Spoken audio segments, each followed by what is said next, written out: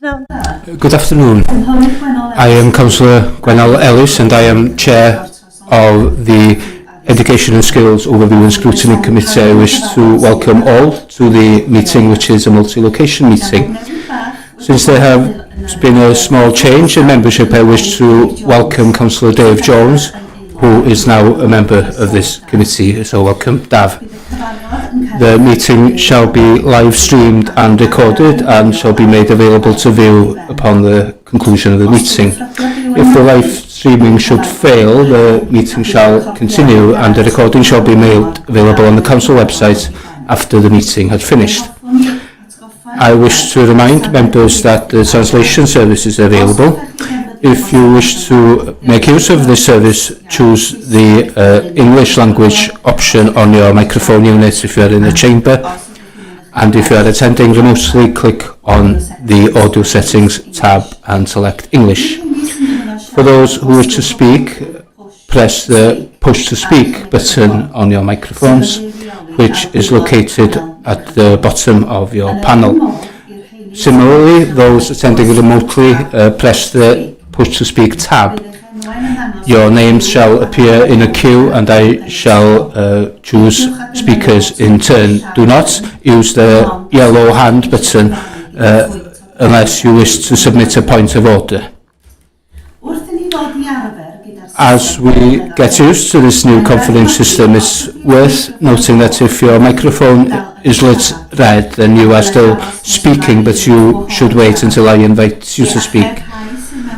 Those in the queue may appear green initially, but shall change to red as you move up the queue. For those attending remotely, please bear in mind that those in the chamber cannot use the chat facility. And if those attending remotely must leave the meeting momentarily, please leave a message in the chat facility so that the Democratic Services Officer is made aware and let us know when you have returned. I expect all in attendance and participating in this meeting to behave appropriately and to respect each other, and this pertains to members, officers and any members of the press or public in attendance. So that there we are, we shall proceed to item number 1. We need to appoint a Vice Chair for this Education and Skills Overview and Scrutiny Committee. May I invite nominations, please? Councillor Austin. I wish to propose Councillor Kay. Thank you. We have had the nomination for Councillor Kay. May I have a seconder? Councillor Joe Nettle, thank you. And if we may take a vote on that, please, and we shall vote using the voting system. Electronic options will appear. Click on your preferred choice, for, against or abstain, and you may change your vote up until such time as I inform the operator to bring the vote to a close.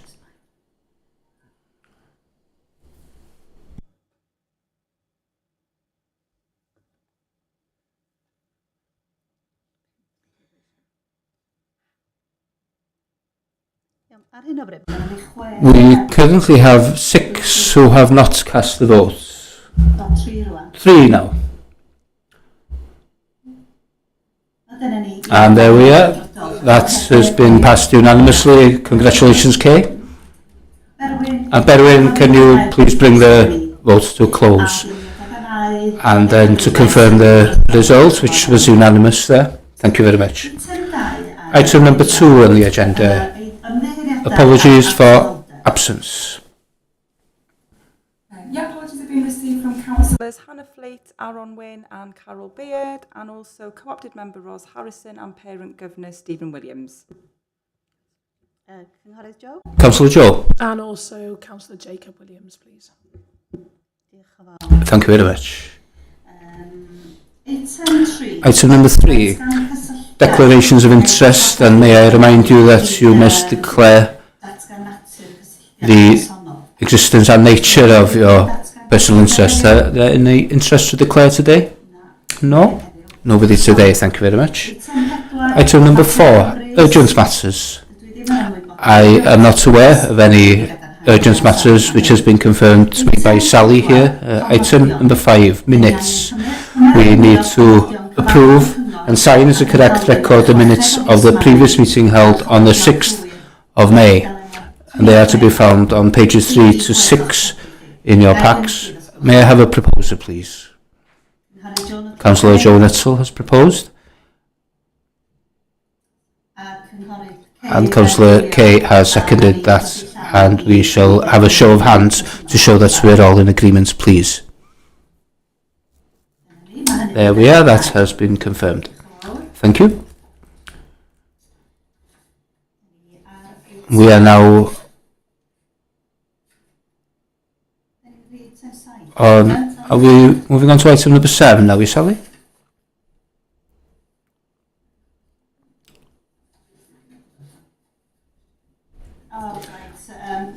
So item number 6, questions to Cabinet members, and there are none today.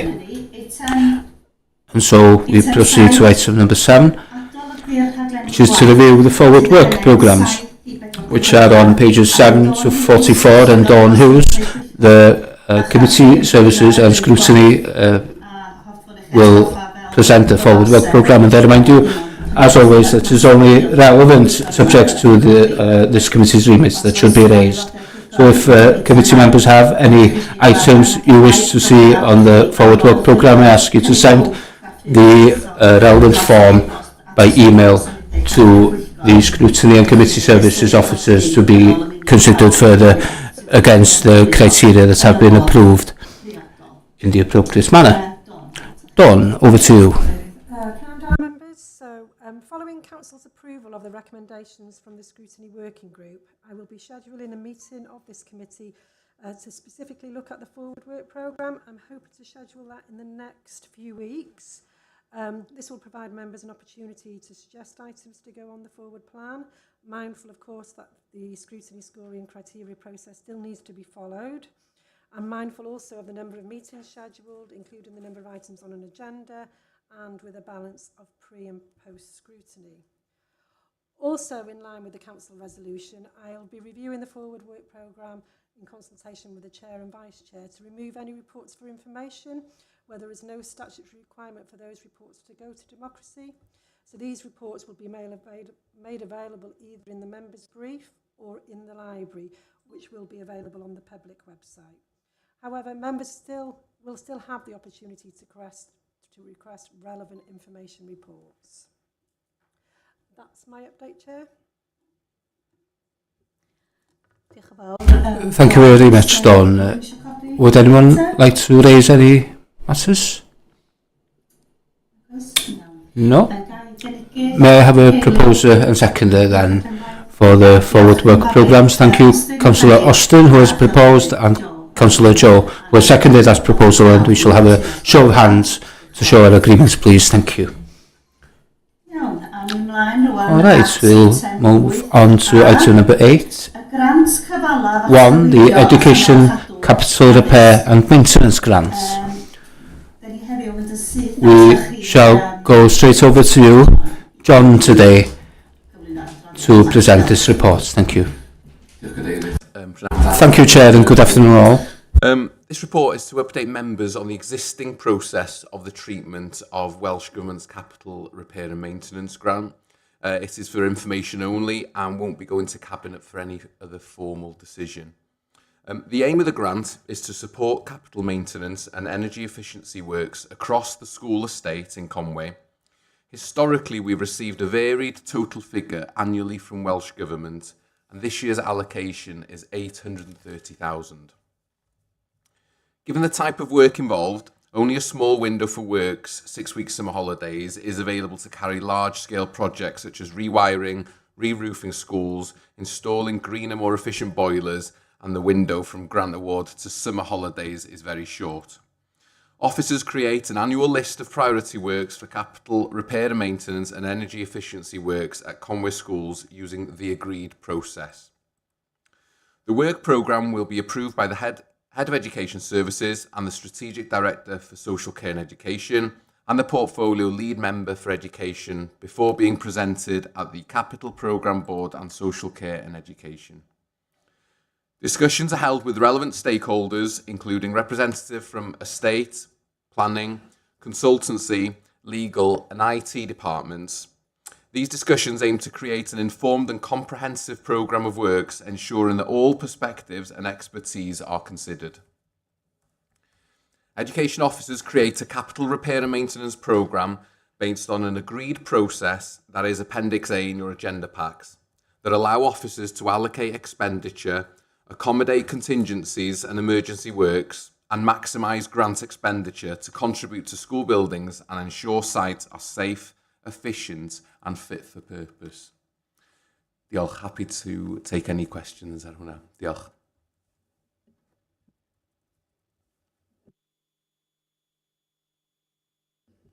Thank you very much, John. I should have introduced you better than that. John Davis, the Strategic Manager of Property Management in Education, was speaking now. Thank you, John. So, are there any questions for John, please?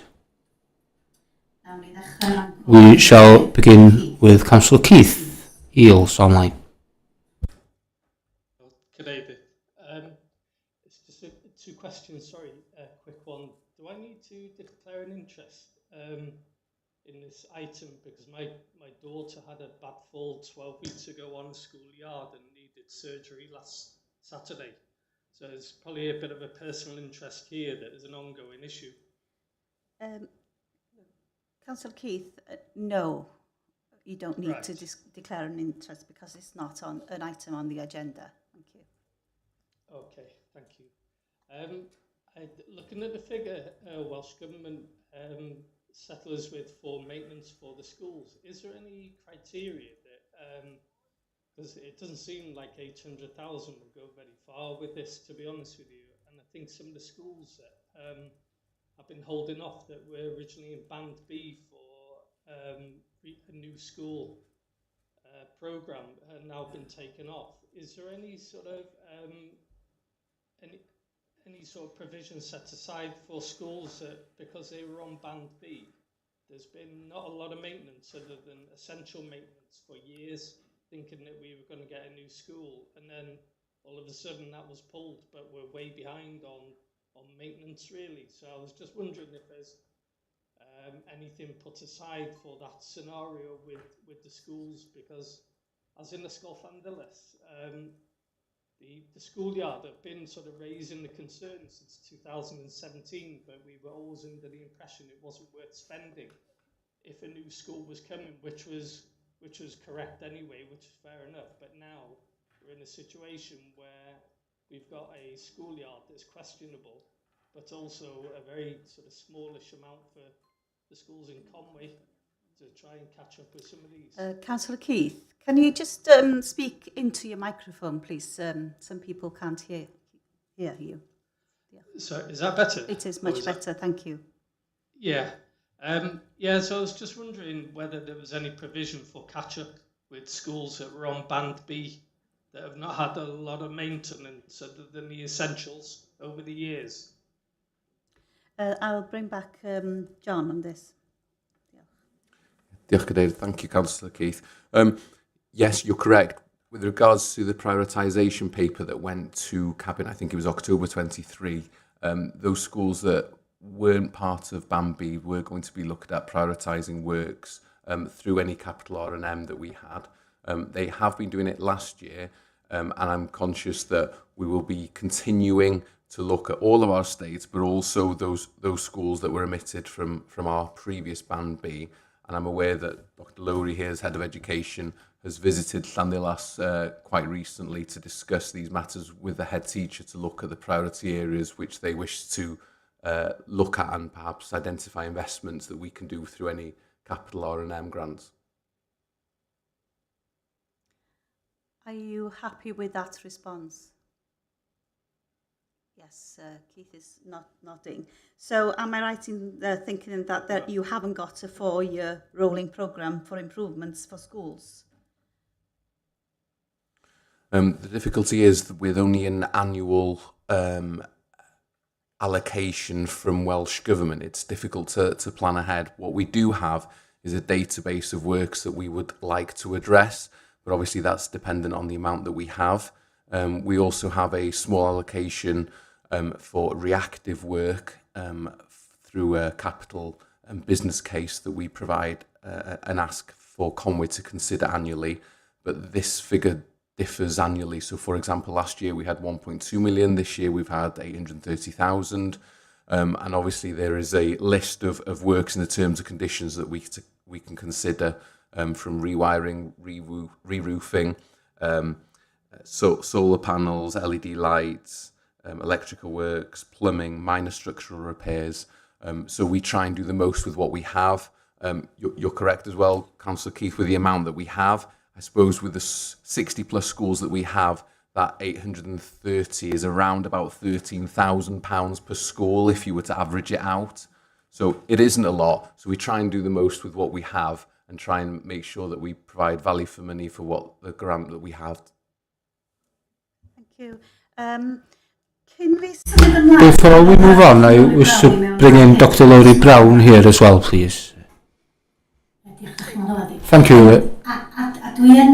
I do believe that the main intention of bringing this paper before you today is to show the challenge that is ahead of us in terms of ensuring that we do renovate and repair our schools as required, but also that the funding from year to year is especially frustrating in terms of long-term planning, and that we are being entirely transparent with you as members about the process that we are following in terms of prioritising work and ensuring that the expenditure is being made as effectively as possible. Thank you, Dr. Laurie. I shall go next to Councillor Joe Nettle. I understand this is quite a challenge. Will head teachers be informed whether work at their school is on the list, and will they be given a rough timescale? Because I imagine if they go into school seeing the same work needs doing but don't know whether it's on a list or not, that can be quite draining. But if they go in thinking, do you know what, within the next 18 months that will be fixed, it kind of gives them that hope. And also, have we got enough people to actually carry out this work? Diolch. Have we got enough? John, Have we got enough people to carry out the work? Challenging, yes, with the amount of work that we have, along with all the other grant works and the works that we have ongoing. However, we have managed to deliver on all the works in previous years. We keep head teachers and schools informed of proposed works for their school sites. However, if we're not informed of that item of work by the school, then it's difficult for us to share with that school and that head teacher whether or not that work will be carried out or not. With this, there is also a repair and maintenance help desk.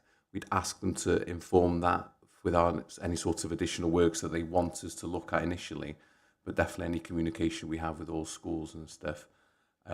Once we have that work list together for 25-26, we will share that with all schools. Thank you, that's what I was asking. Brilliant, okay. Thank you. Yep. Thank you very much, John. I shall now bring in Councillor Kay Redhead. Thank you.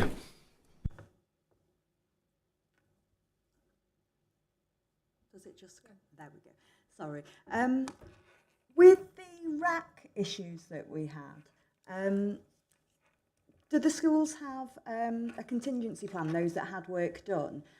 Does that come out of this funding? Because I know one of the schools that I'm a governor in had quite a lot of work done, but that needs ongoing work for the next few years and checks and things. Does that come out of the emergency fund here, or do we have a separate budget for those schools affected by RAC? Welsh Government provided us with additional funding last year to deal with the RAC issues in a very limited amount of schools. We were fortunate in Conwy that RAC didn't really affect many school sites. Those that have RAC, obviously there's a maintenance regime in place, and that funding with regards to the maintenance will be paid centrally by Conwy. By Conwy. Brilliant. Okay. Thank you.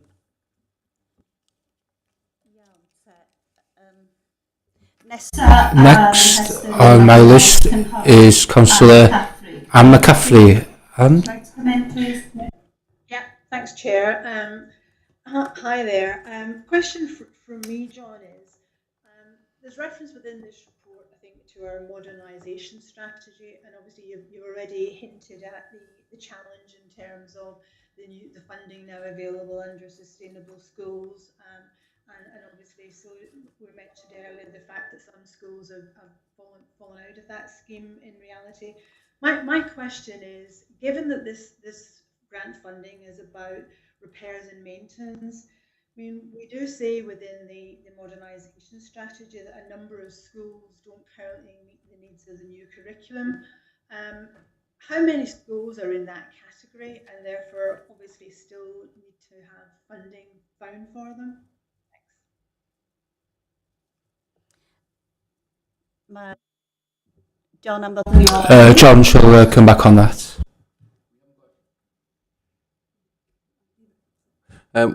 No specific numbers, Councillor Anne, with regards to the amount of schools that we have, and I suppose it differs because it's when you're talking about the new Welsh curriculum and stuff, and you're talking about outside learning, access from classrooms to the outside and stuff. Well, that could be, you could go around and say, well, actually there are X amount of classrooms that don't have direct access to the outside. So is that how you would evaluate it? I'd much prefer to have that conversation with the head teacher and that senior leadership team of schools of how best they see the funding working to make sure that they can deliver the curriculum in the best way possible for those learners of each school. Councillor Anne? Sorry, we can't hear. Councillor Anne, can you press the speak, please? Is that better? Can you it hear me is. now? Yes, we can now. Thank you. Thanks, Chair. John, I hear you say, therefore, that you're not centrally collating that sort of information, so it's up to head teachers to approach yourselves with their issues individually. Because I'm just thinking about, I'm not sure if this grant actually is eligible for the sort of improvements as opposed to this is titled repairs and maintenance, which is the point that I was sort of making. So are you now suggesting that head teachers can actually now come and approach you with things that would be improvements, again, just to comply with the new curriculum? John, yes, thank you. No, I suppose what I'm saying is that the database that we hold on our TechForge system provides all the information on every school site that we have in Conway with regards to the maintenance issues on a priority list that we can access. What I'm saying is if there is any issues on a school that requires reactive repair and maintenance, then that would be the head teacher and the schools to respond onto the help desk for us to look at in further detail. So we have a database of capital works that we would like to look at and work our way through it. However, the funding just isn't enough to do everything. The estimated backlog maintenance in Conway schools is estimated to be around £10 million. So as you can see, the £800,000 will help. However, there is an awful lot more that we need to do to make sure that we can have those gold standard school sites in Conway. And I think I'm not actually talking about reactive maintenance, John. I'm actually saying where we're not really complying, whether we're able to comply locally with the new curriculum needs. That's a category that's been mentioned in one of our modernisation strategy sections. And that's why I've raised it, to be honest. I think it was 3.2.2.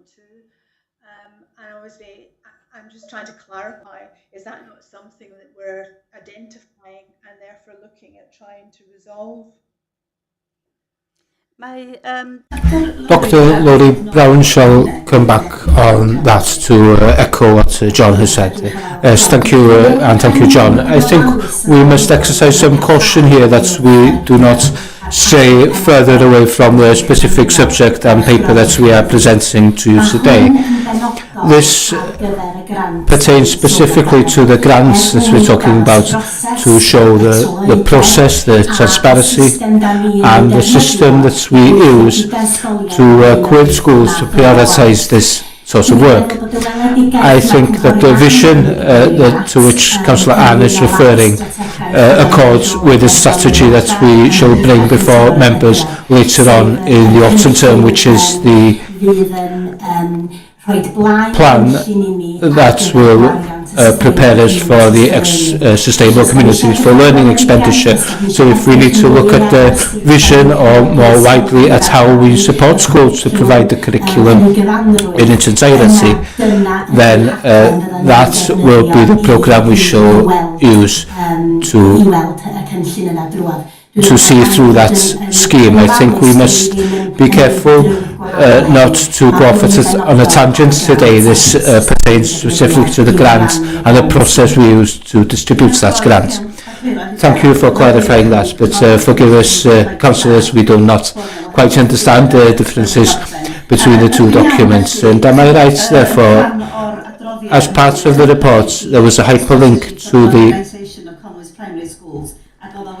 and that was written in 2010. Is this the document to which you are referring? Yes, that document, that strategy shall come to an end next October or next autumn, and the new plan is being drafted, and we shall go out to consultation quite widely on that strategy, and we shall then bring that back to the Scrutiny Committee in due course. Hopefully,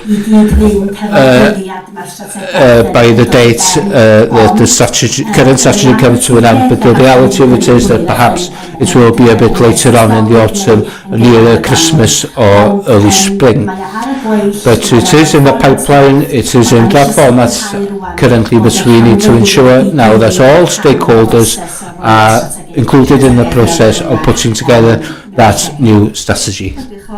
Well, thank you. For one, I'm glad that we've been able to clarify that today.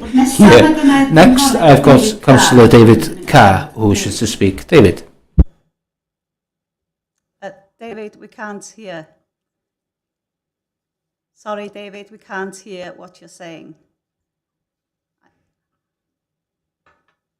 No.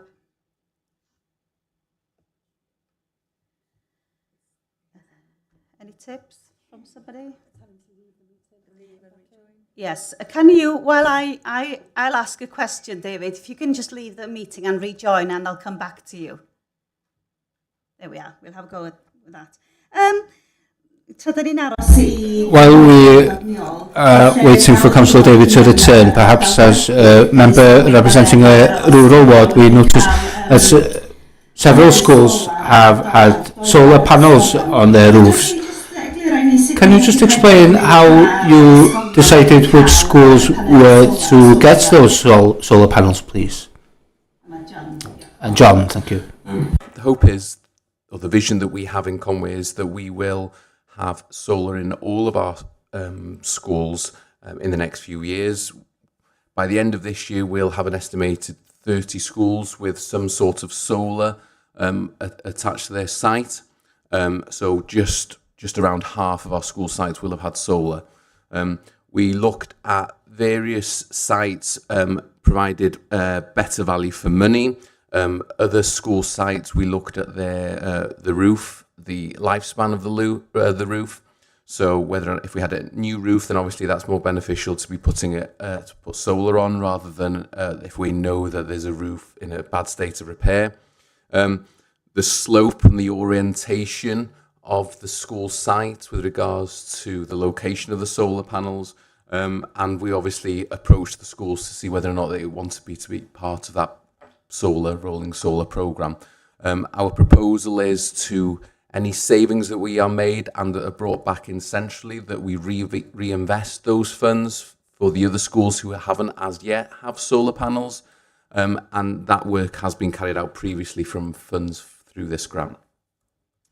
Excellent, and here's me thinking you've chosen New Chaled because of us having lots of sun. Na, dim o gwbl. Felly, can we try again, Councillor David? No, we still can't hear. We can see your lips moving, but we can't hear anything. Okay, we're going to have to give up with that, I'm afraid. Would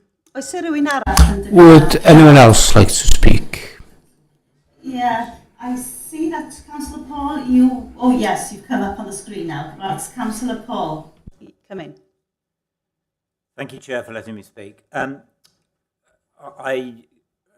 copied you into an email which I sent to John prior to the committee, trying to clarify one or 2 points.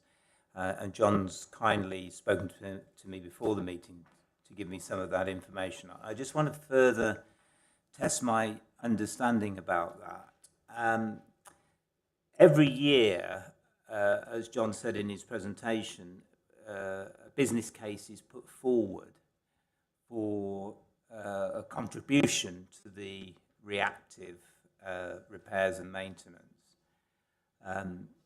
Obviously, in the last financial year, the year that's just finished, 24-25, we don't yet know whether that money was fully spent or what the final amount was. Yeah. Can I just check now with Dr. Lowry and John? Are you referring to something that's going to be discussed in the between October and January report?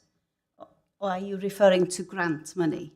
Well, no, what I'm trying to understand is obviously the grant money is very clear, the 100% grant money and the 813,000 or whatever, that's very clear. I'm just trying to clarify, obviously there will be another business case going in this year for the, I just want to try and understand the proportions of that. And obviously John can't tell us because the business case hasn't been considered going forward. But I'm just trying to understand how much we as a local authority contribute directly to repairs and maintenance and how much Welsh Government contribute to the repairs and maintenance by giving us this specific grant.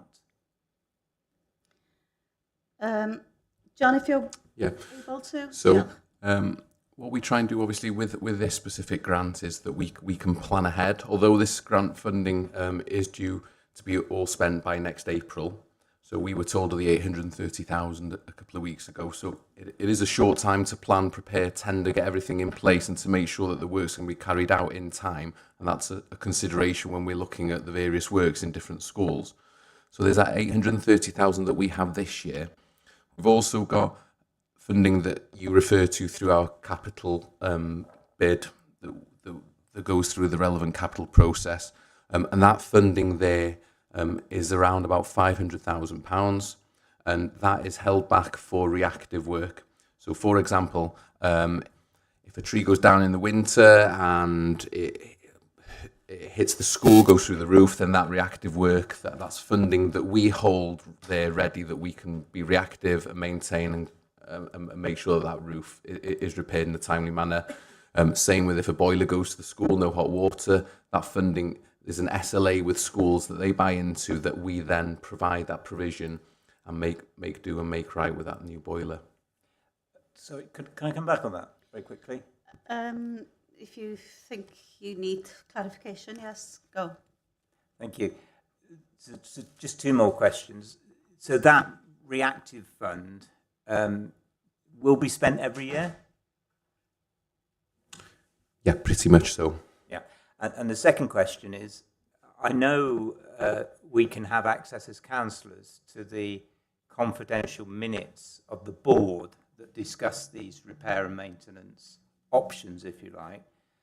At what point do we get, if you like, a final list which is available to councillors on the grant funding going to specific schools? Or how do we access that bit of information? As part of the appendix, there's a rough breakdown of the areas that we'd be looking at delivering for schools in 25-26. That list is currently being put together now, and as you said, it will be going to the Capital Programme Board and what have you. That list then is obviously approved, looked at by the board, and obviously provided to Lowry, the strategic manager, for formal approval, and that list then is worked through. There wouldn't be any issues in sharing that work package with members if they asked for how that grant funding is spent. So as a councillor, I just need to write in and request that information. Yeah, I can't see there being an issue. Right, thank you. That's lovely. Thank you. Councillor David Carr has sent his question to Sally here, and Sally shall read it aloud. Thank you. Yeah, so Councillor Carr's popped this in the chat. My question is about insulation of our schools. Have we a plan to meet our target of net zero by 2030? Insulation is vital for us to be able to heat our schools with heat pumps and replace our heating systems that need to be replaced. Good question. We're looking at net zero as a whole. We are looking at solar. We are looking at double glazed windows as part of net zero. Once you start putting one thing in, so for example, we have put a heat pump in, a Ysgol Bro Aled, to see how that works on a building, an existing building rather than a new school build, and that's something that we're monitoring. But obviously, to make sure that that heat pumps works efficiently and effectively, then insulation, new roof, new windows, as I said previously, all these things need to be a consideration before we progress with any works. Thank you very much, John. I have no further speakers. Councillor Anne. With another question. Apologies, no, I didn't touch the button either. No. Oh, right. Fine. Well, I thought Thanks, it's Amy, best to ask than move forward. Right then, the recommendation today is that we note the process for the prioritisation of repair and maintenance works in schools. So do we need to just show that we note that by a show of hands? Yes? So if all are in agreement, show your hands, please. Prior to that, I propose that we note the report, and may I have the seconder? Councillor Austin wishes to second that proposal, and now we shall show our agreements by a show of hands. Thank you. Right then, thank you very much. And that has been carried unanimously. So item 8.2, the progress in schools and the impact of programmes and provision to support the curriculum for Wales. That's on pages 56 to 79. Claire Scanlon, the Education Improvement Service Manager, shall present the report. So over to you, Claire. Thank you. Microphone, os gwelwch yn dda. Diolch. Using my teacher voice, apologies. Prynhawn da pawb. So this report you will recall has previously been presented by colleagues from GWER. Of course, we're now in a period of change, so we're bringing this report. I've put some slides together. It's a bit of a summary for us this afternoon because there is quite a lot of information in those appendices and within those documents, but I think that's really important. The detail is there.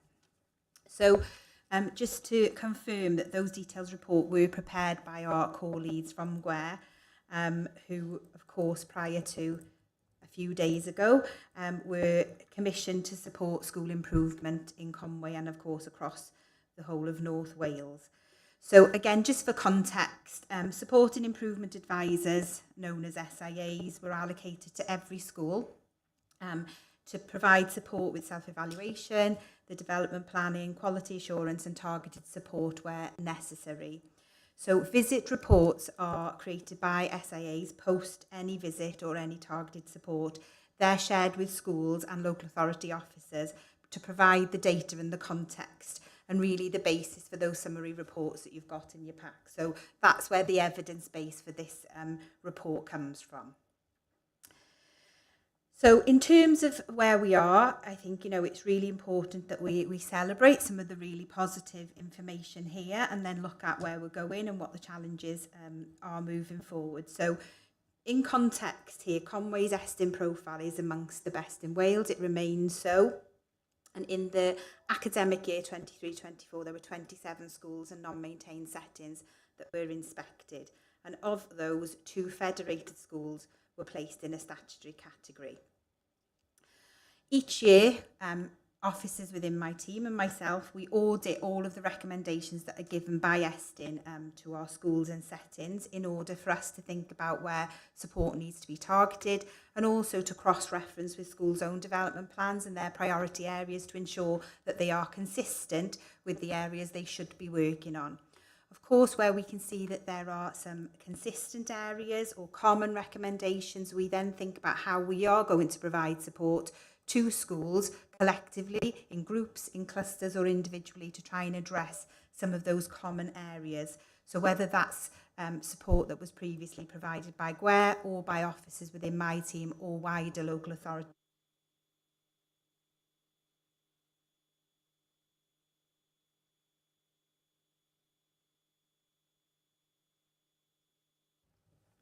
There I am. So in 23-24, we looked at the most common recommendations, and they were linked to improving skills, attendance, feedback and challenge. So they were some key areas where we provided support in this academic year, and early reviews of data from the academic year 24-25 that we're currently in does show a reduction in the number of recommendations in those areas which we targeted for support. Attendance remains the most common recommendation even in this year, but is now starting to be focused more on particular groups such as persistent absentees rather than attendance as a whole. Really important, I think, to note as well that our school leaders are really open. They work well with both local authority officers and previously with GWER officers, and there is a shared relentless pursuit for the best education for all children in Conway, and that is something we see across all of our schools, and all of our leaders are passionate to ensure that we are delivering the best education. So in looking at the report on primary schools, I think some highlights or areas to pick out really, that standards and progress of primary pupils in Conway are good in many schools. We've got a range of leaders who are those who are very experienced, and in 23-24 there were 8 newly appointed head teachers and everything between. Of course, the team provide specific support and more targeted support for newly appointed head teachers. There is a programme that we deliver as a local authority and also through GWER to ensure that they are supported in those early days as new head teachers. I think one thing we've got to note within the report is that a significant number of head teachers have increased teaching commitments.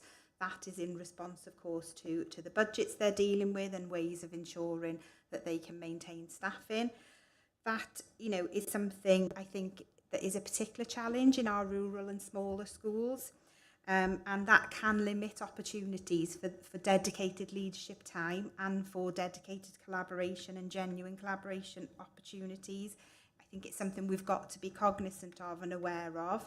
You know, if you're a leader who's teaching 3 or 4 days a week, or a leader who's teaching 0 days a week, you've still got the same responsibilities as a head teacher, and whether your school has a small number of learners or thousands, again, the same responsibilities are there as a head teacher. So I do think it's important we note that here. That said, there is some really good collaborative practice across our schools, and there is some really positive self-evaluation which includes governors, stakeholders and partners across our primary schools. Teaching is generally strong across most schools, and classrooms are stimulating and engaging places to learn. Schools have made good progress in terms of implementing the new curriculum. There's a real clear understanding of the principles. There's a real clear understanding of local and specific values, visions, behaviours for each school setting. And each school has a really clear local context built into the curriculum, which is, of course, something that's really important within that context of the curriculum for Wales.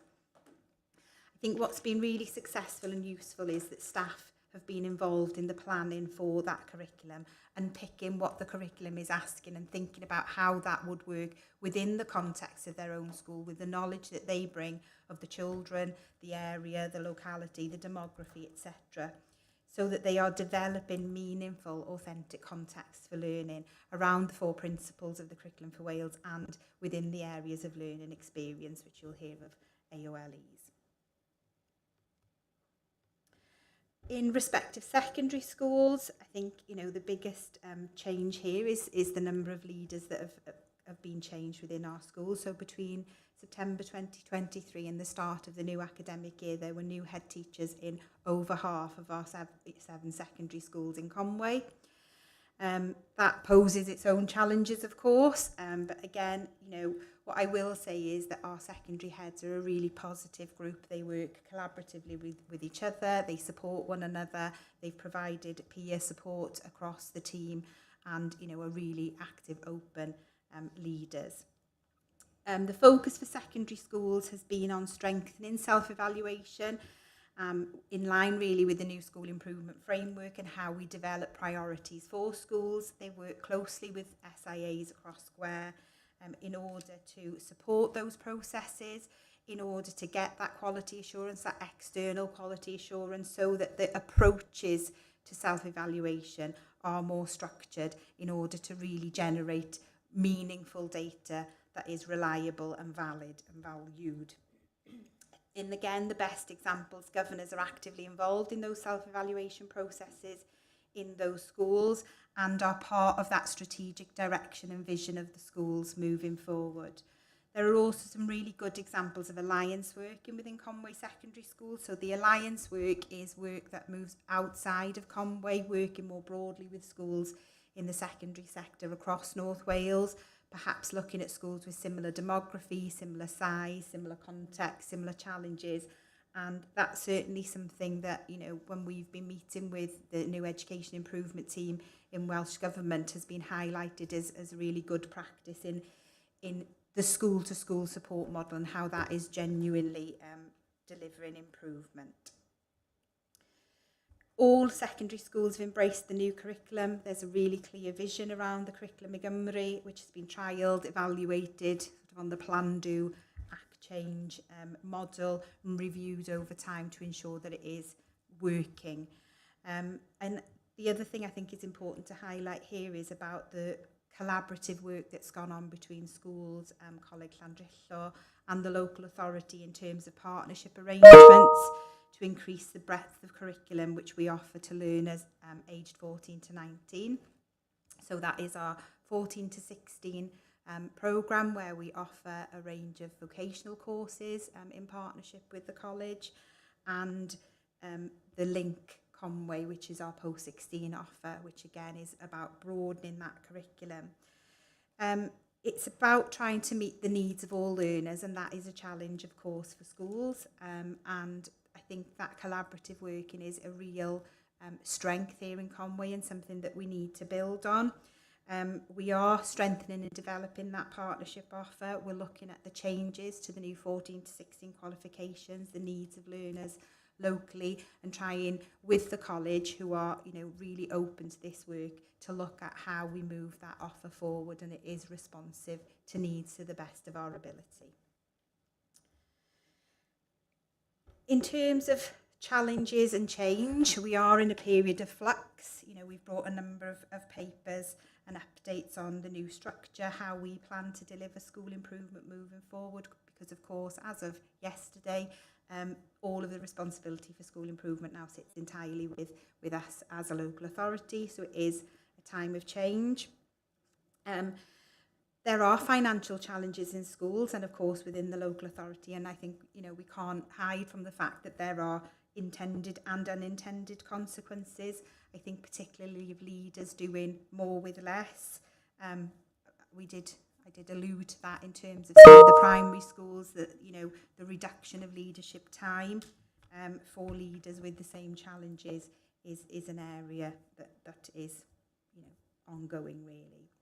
Of course, we've got the changing needs of learners and families. We've got ALN, the deprivation aspect. And I think, there are challenges, particularly around ALN and on schools, to accommodate a lot of those changes, the changes to the legislation. There is some excellent collaborative problem solving, I'll say, going on between the local authority and schools. And again, there is a genuine desire to improve.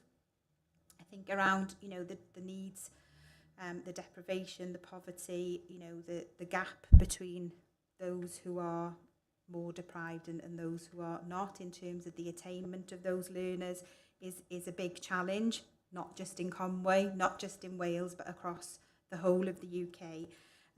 The belonging, engaging and participating guidance that is used in schools and by local authority services is about driving an improvement to attendance and engagement.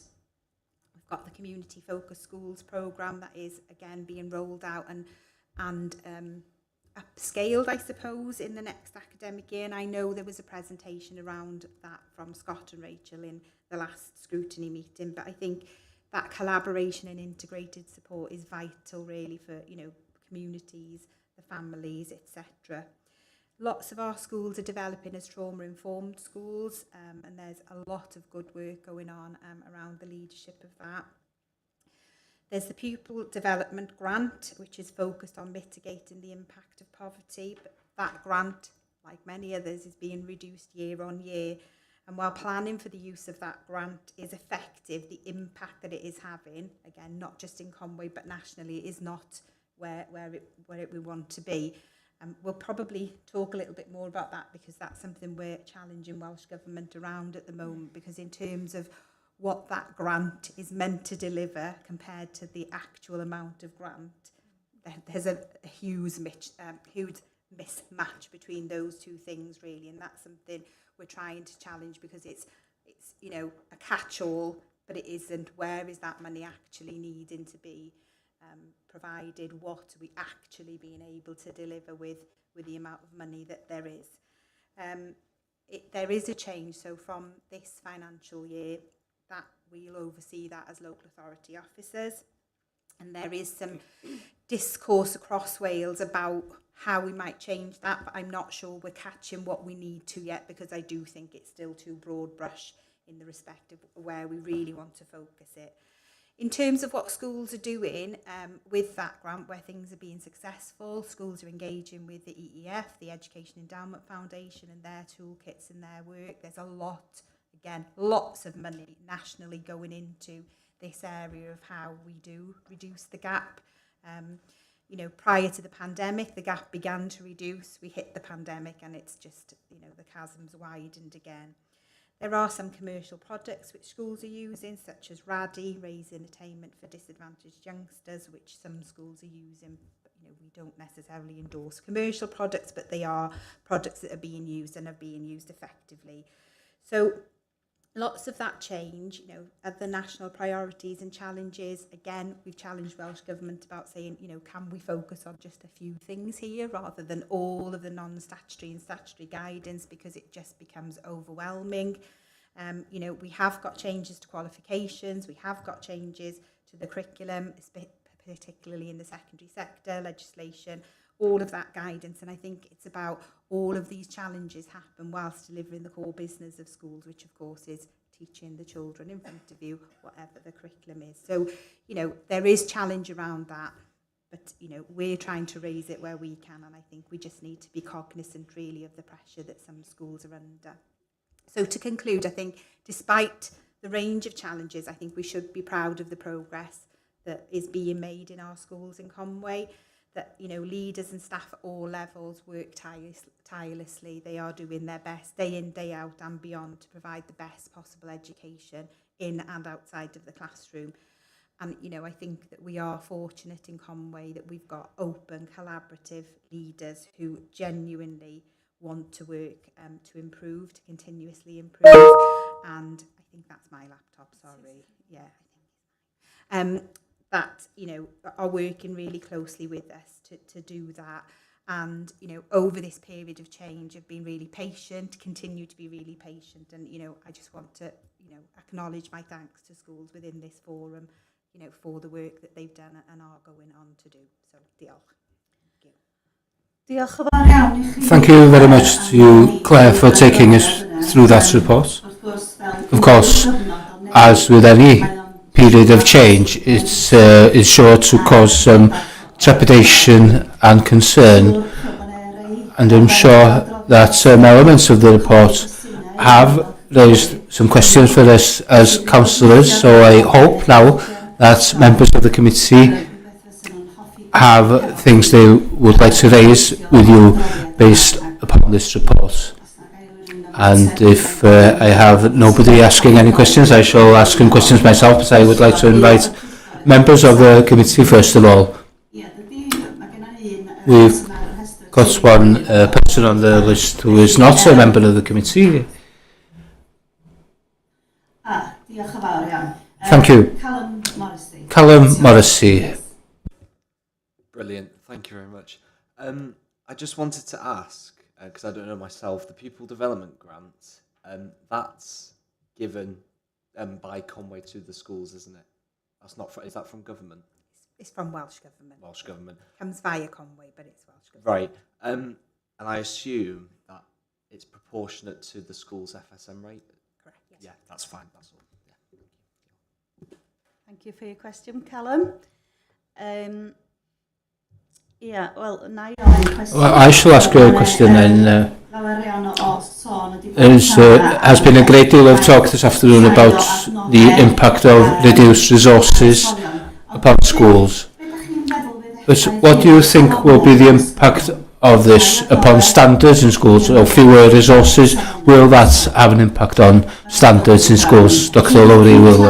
Before Claire comes in with details around that aspect of standards, I think we must be very careful here in referring to reduced resources, and I accept that it is factually correct that there are fewer resources because we have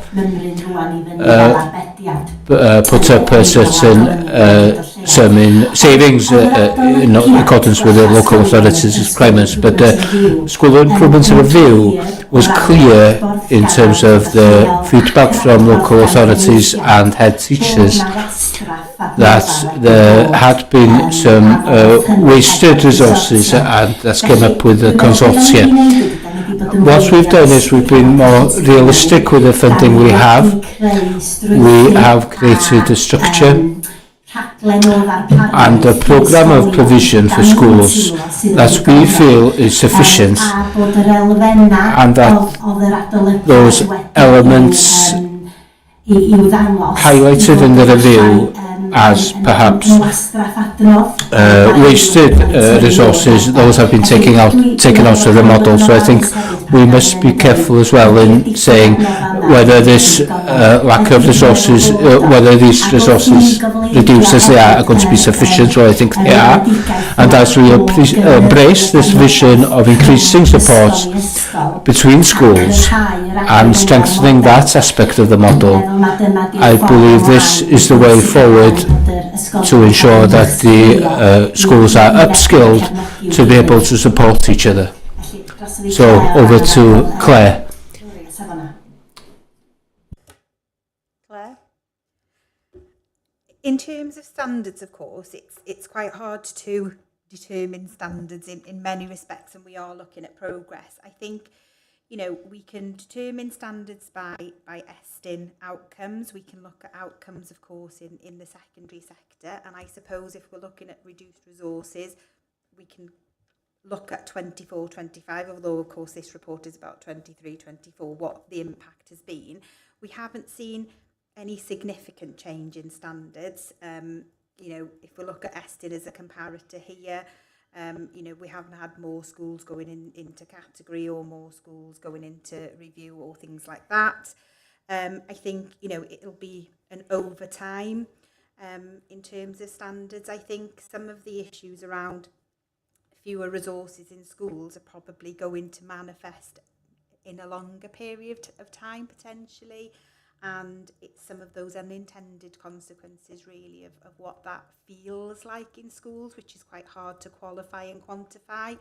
And, you know, again, I suppose it manifests itself in more requirements for services at our level, because schools aren't necessarily managing that themselves because the resources are a little bit fewer. So in terms of standards, I don't think we're seeing it yet. And I'll say yet because I think that's realistic. We need to look what it looks like over a period of time. But I think we are seeing probably less resilience in schools in the respect of what they can manage and look after themselves, because the resources are very much finite now.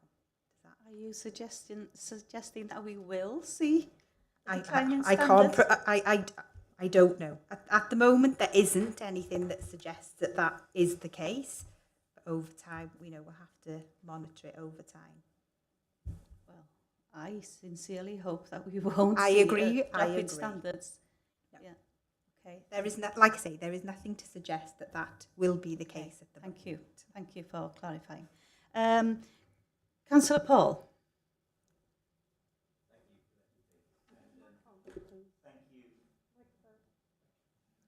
There we are. Thank you. And thank you for the detail you provided on the attainment gap, if I can talk about that.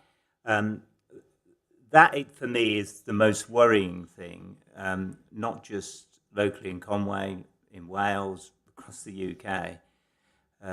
This attainment gap between children from low-income, low-wealth families, poor children, and the rest, which is significant. I was reading the other day that we reckon in Wales that we know for 2/3 of children leaving school, we're pretty clear about what they can succeed on. But for the other third of children, we haven't really established how they will succeed going forward. And that's not just about attainment in terms of qualifications.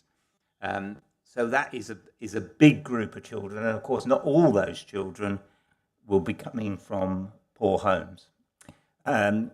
Now, what concerns me is if you look at the data, Wales, even within the UK, is still not performing well. I think I'm right in saying, tell me if we are worse than Northern Ireland, Scotland or England.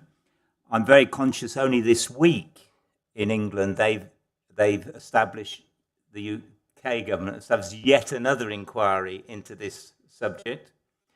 But I think even in the UK, there is some now hard evidence where some parts of the country are more successful. Everything I read says London is the most successful place. If you come from a poor family, you're more likely to be successful in your academic attainments in London. So it seems to me, even we can learn from this. We can learn what are they doing in London that is effective for these poor children.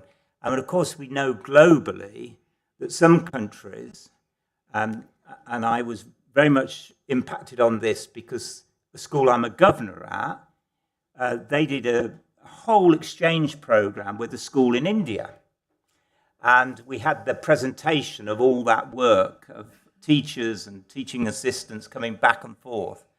And what struck me there about the Indian model was also that there were lots of poor children attaining very, very highly. And that's what came back from the staff who'd been there and the staff. And obviously Paul, we were trying... Paul, can we get to the question? No, well, the question I'm saying is... I'm sorry, the question I'm asking is, we can learn from what's going on in London, we can learn what's going on in India, and we can learn about that in Wales and in Conway. And I don't get a feel, apart from these one-off things, and all credit to St Elford School in Abergele for doing that exchange and setting that up, I'm not sure we're doing enough of that learning from London or India or wherever it is. And I suppose I'm asking, what more should we be doing to reduce this attainment gap between the poor children and the rest? And Paul, dydy'r glass... Well, the grass is not always greener on the other side of the fence. I'm sure that London has much to learn from ourselves here in Conway as well, and of course in Conway the children speak two languages, whereas in London most speak only one. So Iawn, diolch yn fawr. Diolch. I'm not sure that I will be able to answer it in full, Councillor Paul. Maybe that's a discussion for another day. But you're right that there are significant pressures in the system. And as a result, yes, we do see that attainment gap between those from socioeconomic deprived areas and those who are not is increasing, unfortunately. We are an outlier as well in terms of our neighbours, and I think there are a number of reasons for that. You know that I've shared these with you as a scrutiny committee before when we brought I think we brought a performance paper last year, the year before. But the pace and rate of change of reform in Wales is becoming unmanageable. We say this on a national platform on a regular basis. You know, head teachers as leaders are overwhelmed. We've got the curriculum, we've got belonging, engagement, participation, we've got the statutory framework for promoting mental health and well-being. It comes and comes and comes, and I think there has to be a realisation that we just need to stop, we need to reflect on where we are and what are the priorities that we do want to focus on as a nation. We as a chief officer group on a national level platform are really reinforcing these messages. I've got a draft letter now which I am planning to send on behalf of the chief officers around the PDG advisory role. You know, it's insufficient. It's insufficient in order to cater for all the requirements that grant should cover. It's not realistic. So I think, you know, in Conway, we've got a really unique way of approaching this situation. I think the strength is in our integrated approach across social care and education. We've got the wraparound family centre set up. I think that does target and address some of the issues that come with poverty. I anticipate that will only get stronger. We make good use of the community focus grants, working closely with our youth engagement and belonging service area. So I think compared to lots of other local authorities, we do have that holistic approach to addressing the issues related to poverty, the issues relating to learners with a range of needs. However, there are changes that need to happen on a national level, which we all need to remind and reinforce Welsh Government of, that need to happen. And I think we need to stop introducing new reforms, new initiatives, and we just need to let schools embed what they've already been given.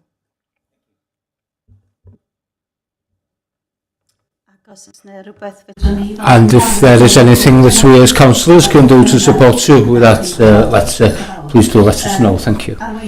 Leader, Councillor Charlie McCouprie. I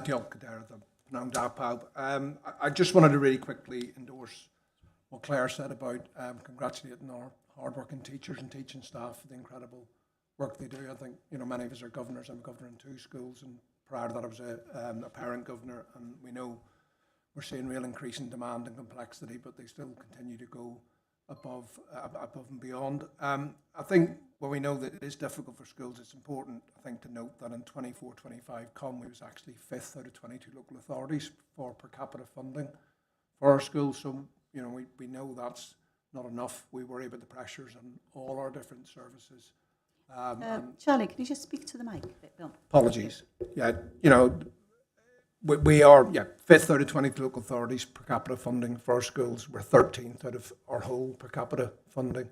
So I think we've always tried to protect our schools as much as possible, and I think that's evidenced by those figures. And it is about working together because that demand continues to grow and the funding doesn't keep pace with it. So I'm really delighted that we do have such a good Eston report. But as you say, you know, that work is ongoing, and we need to recognise that there will be increased costs given that increased complexity. Chair. Thank you very much, Councillor Charlie, and I'm sure that we are, all as members of this committee, are in support of what has been said by yourself and Claire, that we are grateful to all the staff and head teachers in our schools for everything that they do, despite the challenges they face, and of course that we as a scrutiny committee do everything that we possibly can to ensure that they are supported, and that is what we are discussing today, is that support that is provided to schools now that Square is no more, and we can never doubt the commitment of the staff in our schools So I would like to bring in Councillor Julie Fallon, please, Julie.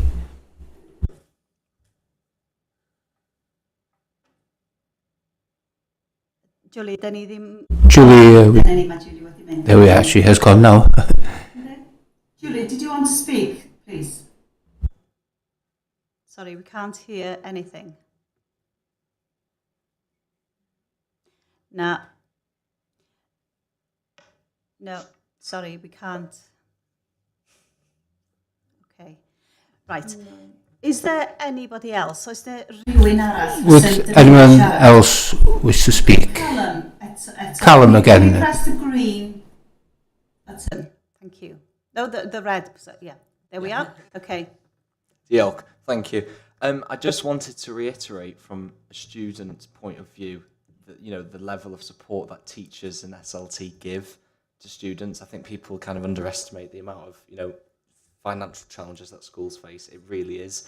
And, you know, I go to the most deprived school in Conway, secondary school, and it has extremely good performance statistics compared to other schools of similar deprivation. And I wanted to touch on something, and it links to the pupil development grant and, you know, not reinventing the wheel constantly, and that's youth voice and leadership. I've done lots of presentations, lots of meetings, you know, everything to do with staff and students in school about how do you get learners involved in things? How do you make sure that they're enjoying their educational experience rather than making all these flashy initiatives, you know, saying we're going to do this, we're going to do that, you know, we're going to do this. Go back to the basics, figure out why are students not wanting to be there? Why is there an attainment gap in the first place? And that all comes back to really the basics of teaching and the home life and everything to do with that. And, you know, there's many statistics. I was reading something from an American report. It's American, but, you know, it's still relevant about how students are likely to do significantly better academically if they feel like they have a voice and they're involved in the decisions that the school make. And this links back to getting involved in extracurriculars and supercurriculars. We all know sport is a way to access social mobility, and we also know that that attainment gap decreases. It gets better when students are involved in extra and supercurriculars. So I think, and I don't know a lot about it, that's why I'd like some information about it. What is the council doing to ensure that students are actually involved in things, involved in youth leadership and youth voice, rather than just being on the side and just going through the motion? Thank you for your question and your enthusiasm, Callum. Dr. Lowry. Sorry. That's not time, well timed. And you know, Callum, I think having you here as part of this scrutiny committee is exactly what we're trying to do in terms of including a young person's voice, views, and you know, working on how you can fully participate in the decision making and even shaping future services. So, you know, having you here is such a vital part of that. We have our youth council, of course, which you're really familiar with. And that does provide us with a group of young people. And we do work them quite hard as well. Lots of the tasks we give the group are quite challenging. We have a clear forward work plan, and we really try hard to engage them in sort of the big ticket items, issues, so the more strategic issues. So, for example, the strategy I was referring to in terms of the school modernisation, we're going to be engaging closely and working with the Youth Council on that, the intimate care policy, and finances. So that's our strategic approach in terms of including young people. But I think also, you know, on a school level, you have the school councils, and that is something as well that I know schools promote. I think it could be used even more, and probably we need to do more as a local authority in making sure that we get their views as well on some of the priority areas. So I think it's a tiered approach really, on a school level, but also on a local authority level. And you know, with our youth council now, you'll know we've got links with the Senedd as well. So that's a really important pathway for young people in terms of having that link with the national democratic platform and process. So it's something that we're always trying to build on. And, if you've got any ideas, you can just email and we will listen and work with you on that. But yeah, thanks. Really good question.